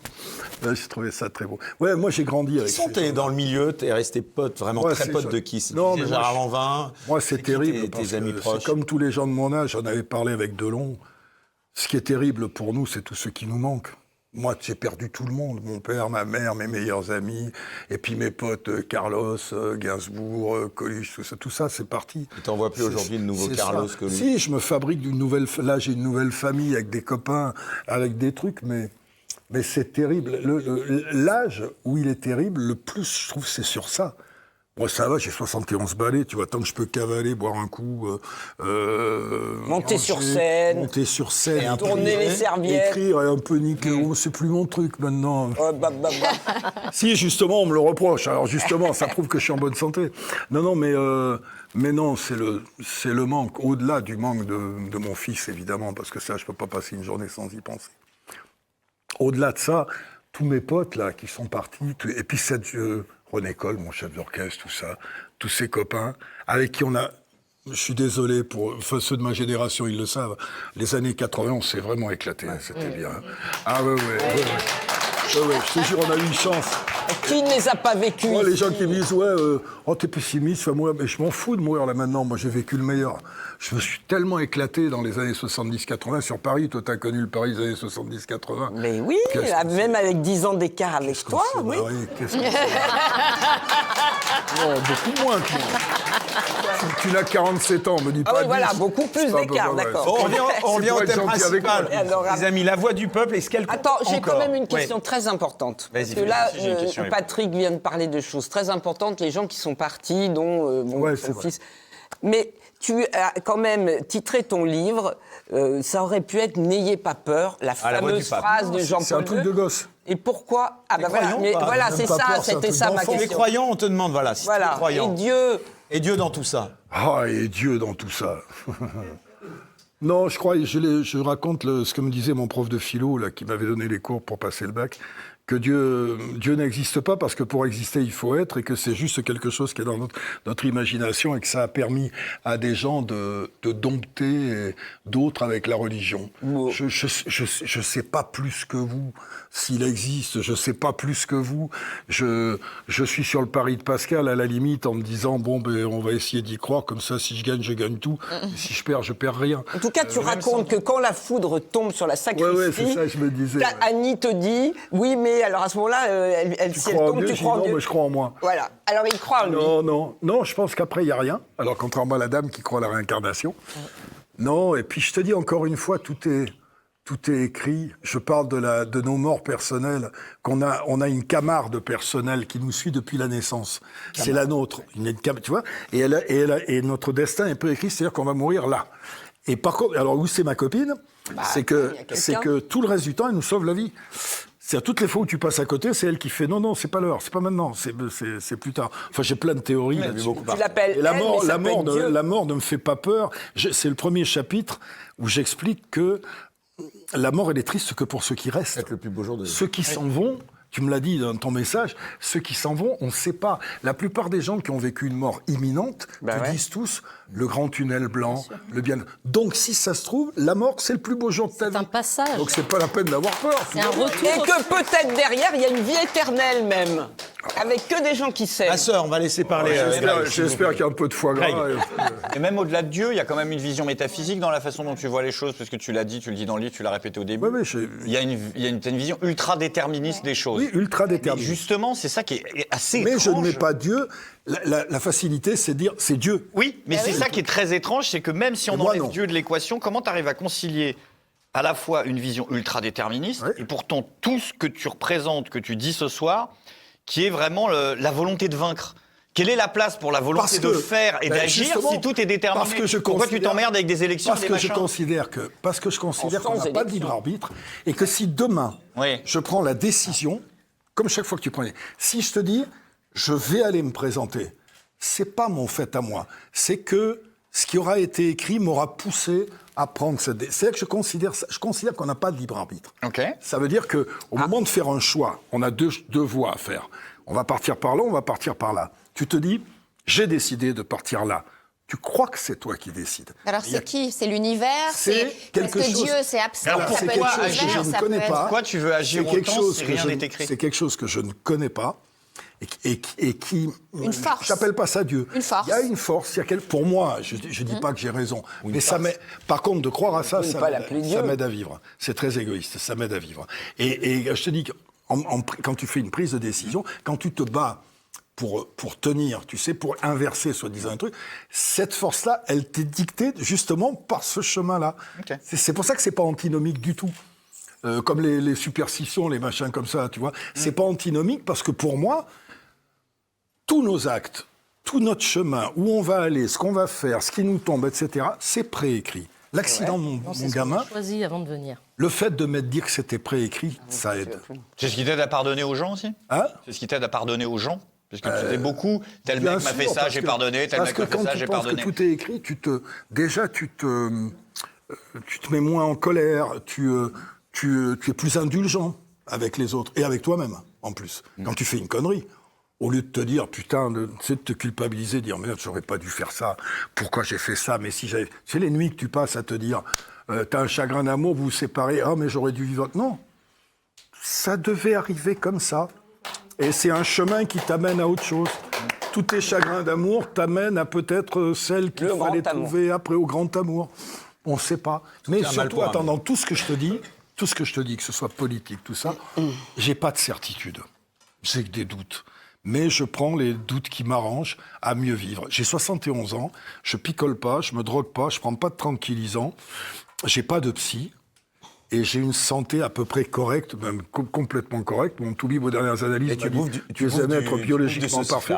Oui, parce que je me prive pas. C'est du fier d'être français. Il faut pas. Si, il faut. Parce que le plaisir que je fais en mangeant ça, le petit plaisir, ça participe de ma santé physique et intellectuelle. Je fais 5-6 grilles de mots croisés très difficiles par jour pour me faire tourner le cerveau, pour l'entretenir. Mais tu crois que le peuple, il a encore le pouvoir de changer les choses cette faculté à pardonner, à être humaniste, etc., ça fait partie du fait que j'ai pas besoin de tranquillisants, pas besoin d'alcool, pas besoin de cam. C'est aussi le problème de notre société. Les mômes d'aujourd'hui, il faut pas rêver. Moi, je vis dans un village, je suis dans le Lot, il y a de la cam partout. La coke, elle est partout. Le problème, c'est qu'à un moment, tu te fais tellement chier, tu as tellement peu d'espoir et tout ça que tu vas chercher où tu peux. Les mômes, ils picolent. Mais ils picolent pas comme nous, on picolait. Nous, on picolait, on buvait un verre de rouge, et puis on en buvait un autre après, et on était bourrés au bout d'une heure. Eux, ils en prennent 5 d'un coup pour être bourrés tout de suite. Des shots, là. Ils se les prennent. Et ils se défoncent tout de suite. Je n'ai pas filé de leçons. Moi, je buvais 1,5 litre de whisky par jour pendant 10 ans. Et un jour, j'ai fait stop, je m'arrête. Les emmerdements dépassent le plaisir, je m'arrête. C'est même pas de la volonté, c'est de la survie.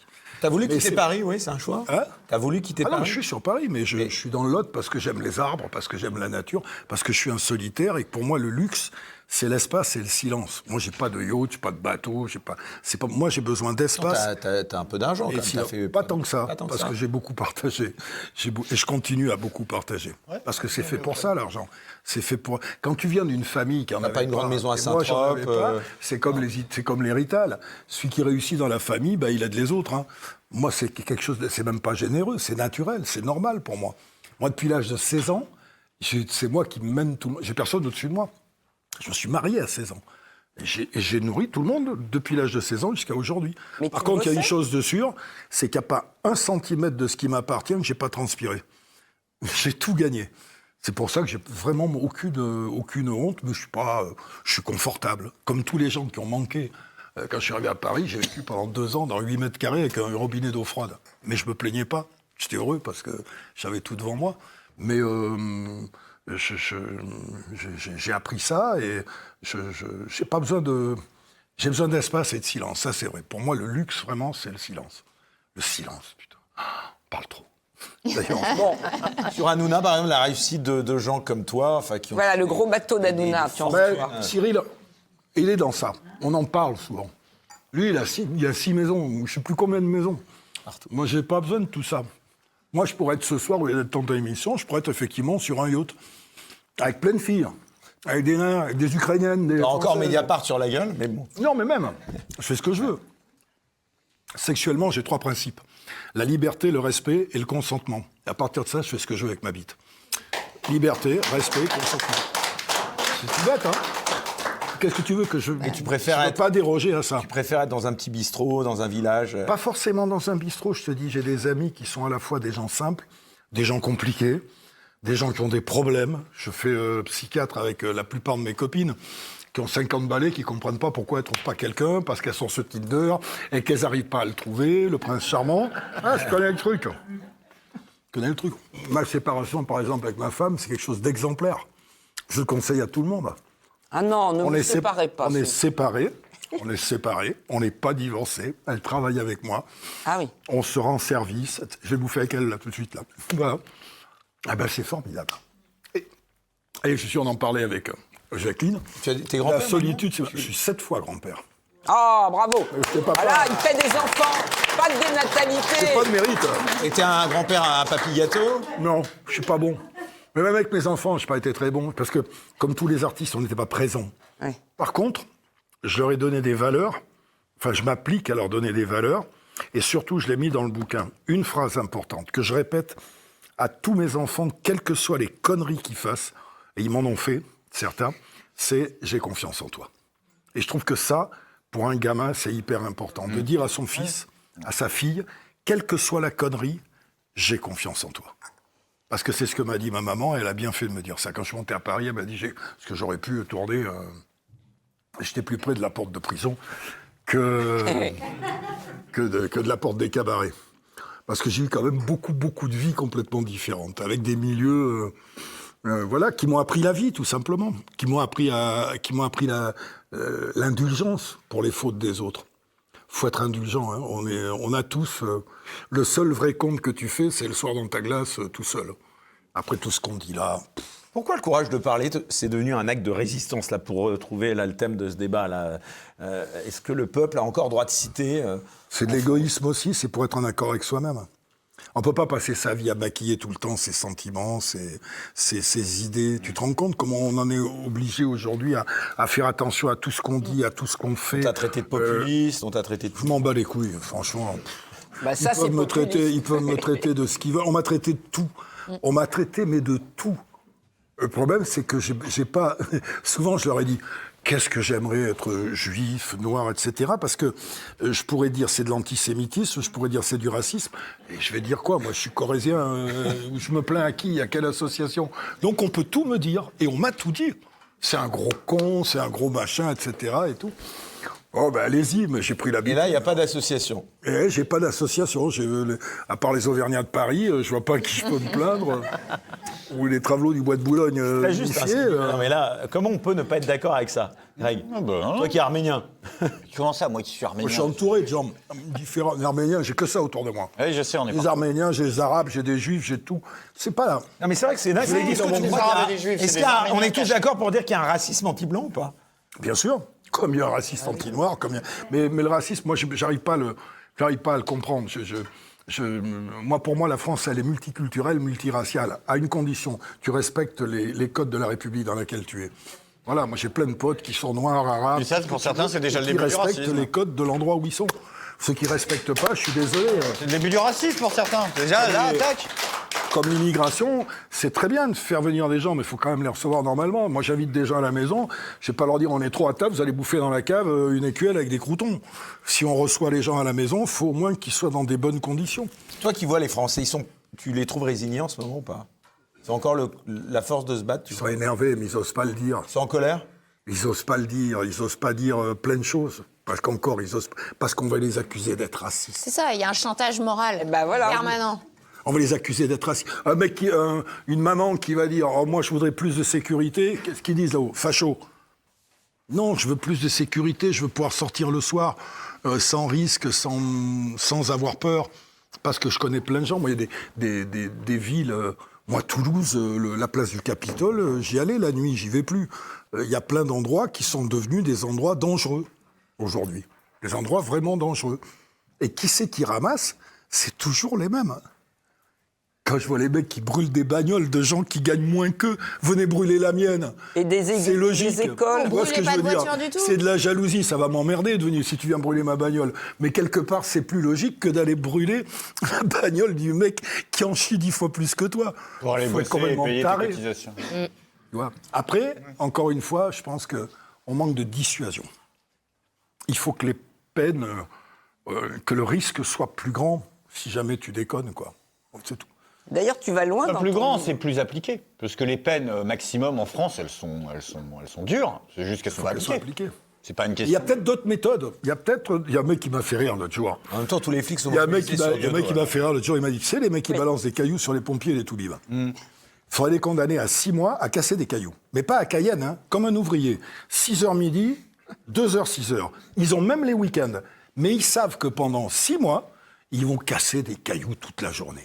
Ah ben, il me dit, je suis sûr qu'ils vont pas jeter les cailloux de la même manière. C'est très con, hein, ce qu'il m'a dit. Hein. Mais, bon, et si le mec veut pas les casser des cailloux, tu lui mets 2 ans. C'est un mec qui m'a dit ça, comme ça, bêtement. Mais c'est une caricature. Mais il faut qu'à un moment... Pourquoi nous, on a souvent des envies peut-être de vol, de meurtre même, ça a dû nous arriver. Si celui-là, je le tuerais bien. C'est la peur de la sanction qui nous arrête.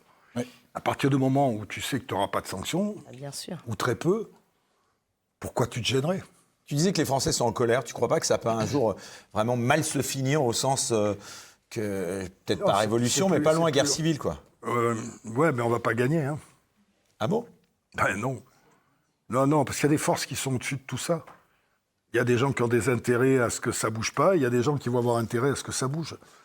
Moi, je ne pense pas, non. Je pense qu'on n'est pas encore suffisamment désespéré pour faire une révolution. Mais si ça continue... On n'en est pas loin. On n'en est pas loin. Les gilets jaunes, c'était pas loin quand même. On n'en est absolument pas loin. Ils se sont fait niquer. Bien sûr, on s'est fait spolier, on s'est fait voler. Ils ont envoyé des black blocs pour montrer une image détestable. Bien sûr. Regardez, ces manifestants, c'est des violences, c'est des méchants. Mais il y a eu une répression sans précédent. Il n'y a jamais eu la répression qu'il y a eu sur les gilets jaunes, par exemple sur des dealers ou sur des gens qui vraiment commettent des crimes au quotidien. Donc c'est insupportable. C'est de notre faute, c'est de leur faute aussi. 300 condamnations la première semaine en procuration immédiate, comme pour Sarkozy, exécution provisoire. Je peux dire que le lendemain... Non, mais les LBD... la justice n'était plus de gauche là, pendant une semaine. Là. Il y a eu certains d'entre vous qui se sont sentis pousser des ailes, qui ont pris les tronches comme ça. Moi, j'en ai croisé quelques-uns sur des plateaux de télévision. Entre le gilet jaune qui était en coulisses et celui qui était à la télé, c'était plus du tout. Donc il n'y avait plus de sincérité. Il y a eu des médiatisations de personnalités. C'est-à-dire que les réseaux sociaux, c'est grâce à Facebook qu'on s'est mobilisé. C'est grâce à Facebook que ma vidéo a fait 10 millions de vues en très peu de temps. C'est grâce à Facebook complètement légitime, qu'on s'est mobilisé, mais c'est aussi à cause de Facebook que tout a périclité. Et donc, obligatoirement, à partir du moment où tu laisses les gens partir dans une haine, parce que... Il n'y avait pas vraiment de chef. Mais c'était abominable. Moi, j'ai été menacée de mort pendant 2 ans. Je n'ai pas pu sortir de chez moi seule pendant 2 ans. Et encore aujourd'hui, à Paris, je prends un taxi, je ne vais jamais dans le métro. Parce que c'est le prix de ma sécurité. Mais moi, je peux te dire que ce qui se passe aujourd'hui, il y a des gens en France, que je connais, qui sont en train d'organiser des bases arrières de défense. Oh, mais ça, mais pas seulement des bases arrières. Mais attends, c'est pas seulement ça. Moi, je peux vous dire que les gens partout autour de moi que je connais, les gens ne s'imaginent pas. Les gens s'arment. C'est Daniel Guichard qui m'avait dit. Un jour, j'avais demandé à Daniel Guichard, est-ce que je peux toujours en vivre ensemble? Il m'a dit, je sais pas, je me suis inscrit à un stand de tir. Bien sûr. Un club de tir. Bien sûr. Mais j'ai dit à Macron un jour ça. Mais il y en a ici. J'ai dit, vous imaginez pas, les gens s'arment. Mais c'est ce qui fait peur. C'est ce qui fait peur aux renseignements généraux quand tu parles avec des gens. Et je vais te dire, ceux que je connais, ce qui leur fait peur, c'est des millions de gens dans les campagnes qui ont un fusil chez eux, qui sont formés à la chasse ou au tir. Ceux que je connais qui se sont armés m'ont dit une chose très claire. Les manifs de Mélenchon. Ceux que je connais qui se sont armés m'ont dit une chose très claire. C'est pas des méchants. Ils m'ont dit, on versera pas le premier sang, mais si ça part, on est prêt. Par contre, c'est juste exactement. Ça vient pas chez moi, quoi. Voilà, exactement. Donc c'est pour ça que il faudrait, ce que je te disais tout à l'heure, il faudrait signer l'armistice avant la guerre. Ouais. Bah oui. On est sur le fil du rasoir, Jacqueline nous dit quand même. Il veut pas là. Hein. Oui, bien sûr qu'on est sur le fil du rasoir. Il veut pas là. Est-ce qu'il cherche le chaos? Je pense pas. C'est pas des courageux ces mecs. Non, mais mais ceux à qui ils obéissent, si. Ils tiennent à leur petite. Mais ils ont encore la police avec eux. Mais ils sont protégés. Ils sont protégés. Il y a un moment où ils vont se rendre compte que ça devient dangereux. Moi, vos manifs, là, je te dis vos manifs parce que moi, je suis pas un fou des manifs. Moi, les mecs qui défilent dans la rue contre la précarité et qui vont après au Parc des Princes applaudir des footballeurs à 1 million par mois... Mais tu sais, dans les campagnes, Patrick, on ne faisait pas partie. Je suis pas un fan des manifs. Mais les manifs, il faut qu'elles servent à quelque chose. Il y en a trop. Il y a une manif pour ça, mais alors il reste une journée dans la rue. Alors regarde, on a 1 minute à BFM, mais ça sert à quoi? Ou alors, si on est vraiment au bout, on descend dans la rue, mais on y reste. Eh bien, écoute, on n'en part pas. Et à mon avis, là, si jamais, moi, je veux essayer autrement... on y reste, il faut s'organiser pour ça, Patrick. Si jamais ça part en couille, la seule solution, effectivement, c'est d'aller dans la rue et d'y rester. C'est-à-dire, on va sur les périphes et on y reste. Mais on peut très bien le faire. Jusqu'à ce que ça se décoince. On peut très bien le faire avec... parce qu'il y a 2 choses qui se passent. Et on ne va pas entre République et la Nation, on va à l'Assemblée nationale. Bien sûr, mais il y a 2 choses qui se passent. Il y a le fait qu'ils organisent la peur pour empêcher les gens de sortir de chez eux. Mais ce qu'ils ne comprennent pas, c'est que nous, on subit un harcèlement monumental. Et notamment le harcèlement contre la bagnole. Moi, j'ai une voiture qui a 25 ans. Elle m'emmène du point A au point B, tout tombe en vrac dedans, mais elle m'emmène au boulot. Et à partir du mois de janvier, on va me l'enlever. Mais comment je vais aller au travail? J'ai pas les moyens d'acheter une autre bagnole. Donc j'ai dit, il y a 20 millions de voitures en France qui ont plus de 10 ans. On fout les mains, 20 millions de bagnoles sur la route et on les bouge plus. Voilà, bravo. Bravo, Jacqueline. C'est le début. Mais ça, c'est le technocrate. Et quand on n'a pas de voiture on met ses pieds et ses chaussures. Voilà. Hein, et ils vont mettre tes chaussures, il ne faut plus mettre celles-là, il faut les mettre à la rue. Bon, en tout cas, on arrive bientôt au terme de cette émission. Béatrice, tu as quelque chose à rajouter avant de terminer qu'est-ce que tu penses de tout ce discours de Patrick Sébastien? C'est plutôt couilleux aujourd'hui de dire ça parce que... C'est devenu transgressif en fait d'avoir du bon sens et d'être quelqu'un d'humain et d'authentique et ça fait peur. Mais c'est pour ça qu'il est pris comme cible de Mediapart, comme cible... Et c'est pas fini, d'Ernotte, de tout ce système-là en fait. Mais même pas peur. Il vous a touché ce bouquin, oui, justement, voilà, vous l'avez tous, je sais, vous l'avez tous lu. Greg, tu t'attendais à découvrir un autre Patrick Sébastien ou finalement tu le soupçonnais? Je soupçonnais derrière le personnage qu'il devait y avoir quand même une capacité... Oui, voilà, comme tu pourrais le dire, un petit cœur qui bat, c'est-à-dire une capacité à être sensible aux manifestations de l'affect. Et donc, il ne fait pas ça pour rien, je m'en suis douté. Ah non. C'est évident qu'il y avait quelque chose, et même le projet dont tu as parlé là, un petit peu, pour les prochaines élections, était quelque chose qui s'inscrit dans une démarche. Mais puis, je me suis dit, j'ai grandi dans les années 80, moi, avec Patrick Sébastien. Donc après, sachant qu'il il y a 5 personnes qui m'ont donné envie de monter sur scène dans ma vie, il doit en faire partie. Donc, c'est pas interroger Mitterrand avec la bite peinte en bleu, blanc, rouge. Pour moi, il y avait une vocation à faire un métier. C'était déjà très transgressif. Mais c'est une des 3-4 choses que j'ai entendues qui m'ont dit c'est ça que je veux faire plus tard. Donc, pour Mitterrand, c'est raté, mais oui. Et ce qui est terrifiant quand on a fait la boucle, alors je suis peut-être le Benjamin ce soir, mais je le suis jamais en général, donc j'en profitais, c'est que ce qu'on a dit, ce qu'on a échangé ce soir est une émission qui est très bien, mais qui reste, dans la veine d'un Pollack des jours cool. Et là, il y a déjà 3 fact-checkers qui sont en train de vérifier si ce qu'on a dit était trop hard, si ce qu'on a dit était trop trash. C'est dommage. C'était classique. C'est vraiment une époque qui s'est effondrée. C'est qu'elle Ça devrait être normal ce qu'on fait là. Ça changera pas la vie des gens et c'est bien dommage. Il faudrait que là-haut ils fassent quelque chose ou qu'on les pousse à faire quelque chose. Voilà, demain, et les gens qui vont signer ton manifeste, je sais pas, ça suffit, disent, ils veulent que tu les représentes. Si demain tu avais un élan populaire qui te demande d'y aller au combat, tu réfléchirais pas? J'ai pas le. T'as plus la force peut-être, hein, ou t'as peut-être pas envie de la consacrer à ça. Non, je pense pas avoir le je le mérite. Ils n'ont pas plus de talent. Je le mérite pas. Regarde, il y a bien un comédien à la tête. Non, faut pas tomber dans le truc. Je le mérite pas. Je le mérite pas. Par contre, je veux bien servir de porte-voix. Je veux bien continuer à dire ça, qu'on m'écoute, qu'on s'inspire de moi. C'est ça que je te dis, le truc, ça suffit. Je pourrais le déposer et puis dire voilà, c'est mon site à moi. Non, c'est à vous. C'est ça. Moi, c'est pas moi qui peux faire changer les choses. C'est eux. C'est les gens qui peuvent faire changer. Mais il faut qu'ils soient nombreux. Ouais. Bon. Et où est-ce qu'on peut lire les 20 propositions alors? Elles sont pas là. Maintenant, c'est vrai que ça s'organise. On les aura quand on aura fait le tri de tout. Il ne faut pas que ce soit un grand débat à la Macron. Non. Et puis en plus, les 20 propositions, il y aura même pas les 20 propositions, il n'y aura même pas de débat. C'est oui, non. Oui, mais on les aura étudiées avant pour dire voilà, c'est ça. Oui, non. Bon, et le livre, honnêtement, c'est La vérité crue et Patrick Sébastien nu. Et ben voilà, ce sera le beau mot de la fin en tout cas. Merci beaucoup, chère Jacqueline. On rappelle donc qu'il y avait tout au long de cette émission, parce que tu parlais de Pollack, il y avait les dessins d'Ignace, que j'aimerais qu'on applaudisse bien fort. Si vous voulez une caricature ou un dessin, vous allez sur designas.com, on va mettre le site sur l'écran. En tout cas, merci à vous tous de nous avoir suivis. Rappelle donc la sortie de Même pas peur, Patrick Sébastien, donc aux éditions XO, c'est demain. Donc merci beaucoup Patrick d'être venu nous voir. On espère que tu reviendras. Puis, et le prochain, c'est un roman. Voilà, un roman. Donc en tout cas, merci beaucoup. Merci chère Frigide Barjot. Merci Jacqueline Moreau. On n'a pas peur. Merci Greg Tabigan. Merci Béatrice Rosen. Je tiens à remercier toutes les équipes qui étaient dans les coulisses. Raphaël à la réalisation. Il y avait Pierre en coulisses, au son. Derrière les caméras, Maxime, Charles. Plusieurs noms m'échappent, mais j'espère qu'ils me pardonneront. Victor, me dit-on ce soir. En tout cas, Victor qui a travaillé avec Patrick Sébastien. En tout cas, on se retrouve dans 15 jours pour un nouveau Bistro Liberté. Très bonne soirée à tous. Merci au public. Merci.